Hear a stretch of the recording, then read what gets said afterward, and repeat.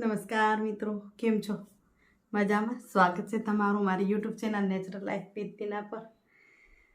મિત્રો, સવાર પડી છે, એક સુમસામ સવાર પડી છે. દ્રષ્ટિ ગઈ, ઘર ખાલી જ ભાસે છે, કારણ કે પોતરી હજી અવાજ નથી કરતી, ક્યારેક રડે છે એનો જ અવાજ આવે છે. કાનો અમારો ધમધમાટ મચાવતો હતો દિવસ, અને એકને લીધે અમે બધા જ જાગતા હતા. દ્રષ્ટિ જાગે, એ અવાજ કરે, એના નાના આવે, દેવર્ષ કનૈયા ને પાછી કિકિયારી આપે. હું તમને આગળનો વિડીયો હમણાં જ બતાવું છું કેવી કિકિયારી મારતો હોય. પણ એ હજી નાસિક પહોંચી ગયો છે અને અમને સુના કરીને ગયો છે. હાસ્ય છે મારા ચહેરા પર, તમે દેખો છો, પણ અંતરથી રડવું છે. એટલા માટે બંને દીકરીને દોયત્રો તો એના ઘરે જ શોભે, પણ યાદ તો આવે. અને વિશેષ દુઃખ છે કે આ પગ નથી હાલતો. તમે બધા દુઆઓ કરો, હું જલ્દી સાજી થઈ જાઉં, જલ્દી દોડતી થઈ જાઉં. થાકી જાઉં છું મનથી, જ્યારે થાકે છે તન. ચાલો જમવાનું બનાવીએ. સુમસામ શાંતિ વચ્ચે આપણે ખાવા ખાશે. મેં તમને એક આ છે ને ઘી ગરમ કરવાની, ઘી બનાવવા માટેની એક ટિપ્સ બતાવું છું. જુઓ, આ છે ને, જો માખણ હતું, માખણને ગરમ કરી અને મેં ફ્રીજમાં મૂકી દીધું ગાળીને. હું છે ને માખણને ગરમ કરું પછી ગાળી નાખું, એની અંદર કાંઈક હોય તો નીકળી જાય. હવે છે ને મલાઈનું માખણ બનાવ્યું હતું, હવે છે ફ્રીજમાંથી કાઢ્યું છે. હવે આમ વચ્ચે આપણે ખાલી આમ ચમચી મારી દેવાની, ચમચી કે ચમચો. હવે જેમ આમાં જેટલી પણ છાશ હશે ને એ નીકળી છે, જો નીકળે છે ને વાટકીમાં કાઢી લઈશ.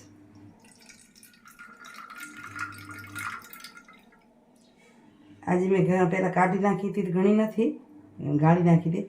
આમ તમારી વધુ છાશ હોય ને તો આમ નીકળી જાય. જો આમ ખાલી છાશ નીકળી ગઈ, અને આમાં જે ઘીનો ભાગ છે એ બધો જ આમાં રહી ગયો. હવે આને આપણે ગરમ કરી નાખીએ.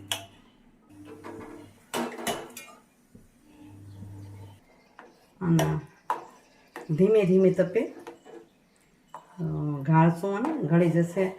લોટ વગરનું બનાવવું હોય તો થોડીક વાર હલાય રાખવાનું, અંદરથી જે કાંઈ હશે એ વળીને અલગ થઈ જશે. શું કે એને ખુરચર જેવું થઈ જાય.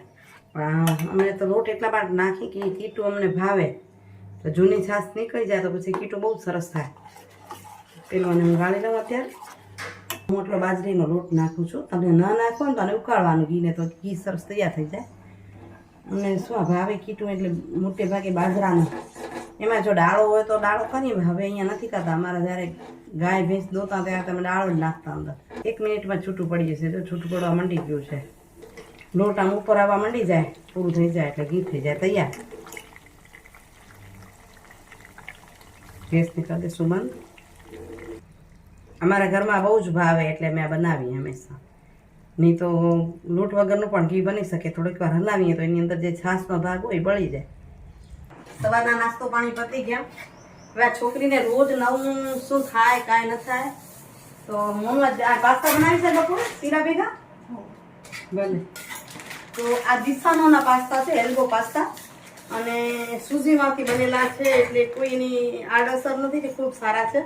અને એની અંદર શું છે ને તમને દ્રષ્ટિના અવાજમાં પાછું બતાવું છું, બરાબર ને?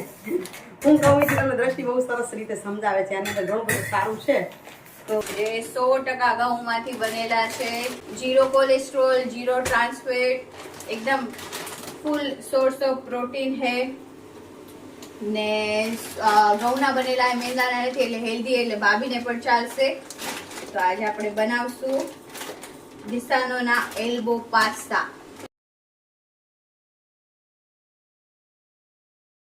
આપણા એકદમ ગ્રેવી પણ લઈ લીધી અને પાસ્તા અને સરસ થઈ ગયા છે તૈયાર. દીકરીનો અવાજ, કોને અવાજ સાંભળવો છે? કોને? ઓ ભાઈ જોતા હોતું ભાડેલા બાબુ, ચાલો હોતું ભાડેલા. આમાં લાડોનું ફોટું પાડે. ફિલ્ડમાંથી આવી એટલે પેલું મોટું આનું જોઈએ, તઈ મજા આવે. હાલ બીજું કાંક કરીએ. સુવિચાર લઈ લઉં એ પહેલાં એમથી બબુને થોડીક રમાડી લઉં ને પછી લઉં સુવિચાર. તાકી તો કે મારી મીઠુડીને રમાડાઈ જાય. હા ભલે ભલે ભલે. મમ્મીને તેડાવી રહ્યા ભલે. હા મમ્મી આવજો. તો મિત્રો 5:30 થયા. હવે સુવિચાર લઈ લઉં, પછી જમવાની તૈયારી બધું થશે. આજના સુવિચારની વાત કરું તો હું છે ને હમણાં ટ્રેનિંગો કરવા જતી હું છું. તો એક શિક્ષક તરીકેની ભૂમિકા સમજી લો કે સ્કૂલમાં પણ શિક્ષક હોય તો એની પર એક સુવિચાર એવો છે જે સમજવા જેવો છે કે શીખવાડે શિક્ષક પણ છે અને સમય પણ શીખવાડે છે. પણ ફરક એટલો છે કે શિક્ષક શીખડાવીને પછી પરીક્ષા લે અને સમય છે ને એ પરીક્ષા લઈ અને પછી શીખવાડે. એ પરીક્ષામાંથી શીખવાનું. તમારો સમય કેવો છે નબળો આ તે અને એમાંથી શીખવાનું આપણને. એટલે હમણાં તો હું ઘણું બધું શીખી જાઉં છું આ સમયમાં.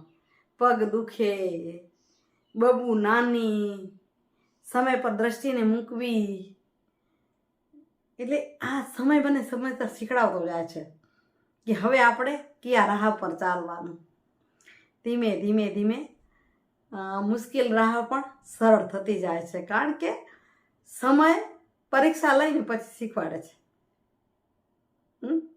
આ ટીચરવાળું તો કેવું હોય, આખું વર્ષ ભણીએ પછી પરીક્ષા હોય. અને આ બધાને આપણે ગુરુજી પણ કહી શકીએ કે ગુરુના પર એક સુવિચાર છે કે એની પર આપણી એક વાત છે. તો એવું છે કે ગુરુ જો મળે ને તો બધી જ મુશ્કેલ આસાન થઈ જાય. ગુરુ જે મળે તો એની બધી મુશ્કેલ આસાન થઈ જાય. અને જો એમના આશીર્વાદ મળે તો જીવનનો બેડો પાર થઈ જાય. બેડો પાર થઈ જાય મતલબ કે આપણે જે ધારી છે, જે વિચાર્યું છે એ રાહ સુધી આપણે પહોંચી જઈએ. પછી ગુરુ તો એક માધ્યમ હોય, પણ કોઈની પણ દુઆઓ, કોઈની પણ પ્રાર્થના, કોઈના પણ આશીર્વાદ આપણી માટે સફળ હોય છે. તો વળી મળીએ રસોડામાં. હવે ઊનું આવે શું બનાવે છે જોઈએ, કંઈક બનાવી. તો મિત્રો વાગ્યા છે સાંજના 7. શાંતિ છે એકદમ ને. બનાવ્યું ખારી ભાત. અહીંયા મોનુએ સુધારી લીધું, પણ અમારી બબુ પાછી એટલી નેત્રોથી કહું છું કે થોડીક રોઈ એટલે ગઈ ત્યાં. અહીં કાંદું, બટેટું ને ટમેટું અને લીમડો મોનું રાખી ગઈ છે. લીંબુ અને લસણ ની પેસ્ટ બનાવી ગઈ છે. અને અહીં ચોખા ધોઈ દીધા છે. હવે કરવાની છું વઘાર. પણ વઘાર શેમાં કરવાની છું? દિશામાં ઓલિવ ઓઇલ સાથે. ઓઇલ છે ને હેલ્ધી પણ છે અને એમાં કોઈ એક્સ્ટ્રા સુગંધ કે એવું કાંઈ નથી. અને જે રસોઈ બનાવી બહુ ટેસ્ટી બને છે. એટલે આજે આ ખારી ભાત આનાથી વઘારવાના છીએ. તો ચાલો લઈ લઈએ એમાં વઘાર માટે તેલ. તો અહીં આપણે વઘાર માટે તેલ લઈ લઈશું. તો જો અહીં 3 ચમચી જેટલું મેં તેલ લીધું છે અને હવે કરશું આપણે વઘાર. તેલ ગરમ થઈ ગયું એટલે નાખશું રાઈ. તો રાઈ સરસ મજાની ચટકી ગઈ એટલે એની અંદર નાખું છું ખડા મસાલા. તજ અને બાદિયા. એમાં નાખીએ જીરું, હિંગ, લસણની પેસ્ટ. લસણની પેસ્ટ જો સરસ મિક્સ થઈ ગઈ એટલે નાખી દઈશું આપણે મીઠો લીમડો. મીઠો લીમડો પેલો જ નાખી દો, બળી જાય છે એટલે મેં કીધું પેસ્ટ નખાઈ જાય પછી નાખવાનું. હવે આપણે નાખી દઈશું કાંદું અને બટેટું. કાંદું બટેટું બને સાથે નાખી દઈએ છીએ અને એને બરાબર જરાક તેલમાં સાંતળી લઈશું. કાંદો બટેટું સાંતળાઈ આવે ને ત્યાં સુધી આપણે નાખી દઈશું સૂકા મસાલા. તેલમાં સાંતળાય તો એનો ટેસ્ટ સારો આવે ને હળદરનો કલર પણ સારો આવે છે. મરચાં અને હળદર નાખી 1.5 ચમચી ધાણા પાવડર નાખી દઈશું ને એને બરાબર મિક્સ કરી લઈશું. હવે નાખી દઈશું ટામેટું. ટમેટાને બરાબર મિક્સ કરી લઈશું. બરાબર મસાલામાં મિક્સ ચડી જાય એટલે નાખી દઈશું આપણે આપણા ચોખા ધોયેલા તૈયાર કરેલા. ચોખાને મિક્સ કરી લઈશું. સરસ મિક્સ થઈ ગયા. જો મસાલો અડી ગયો બરાબરનો. એમાં આપણા ચોખા છે એથી 2 ગણું પાણી નાખી દઈશું. કુકરમાં છે એટલે 2 ગણું જોઈએ અને એમ જ હોય તો 3 ગણું જોઈએ. અને બરાબર મિક્સ કરી દઈશું. સ્વાદ અનુસાર નમક નાખી દઈશું. હલાવી લઈશું. હવે 2 સીટી થવા દઈશું.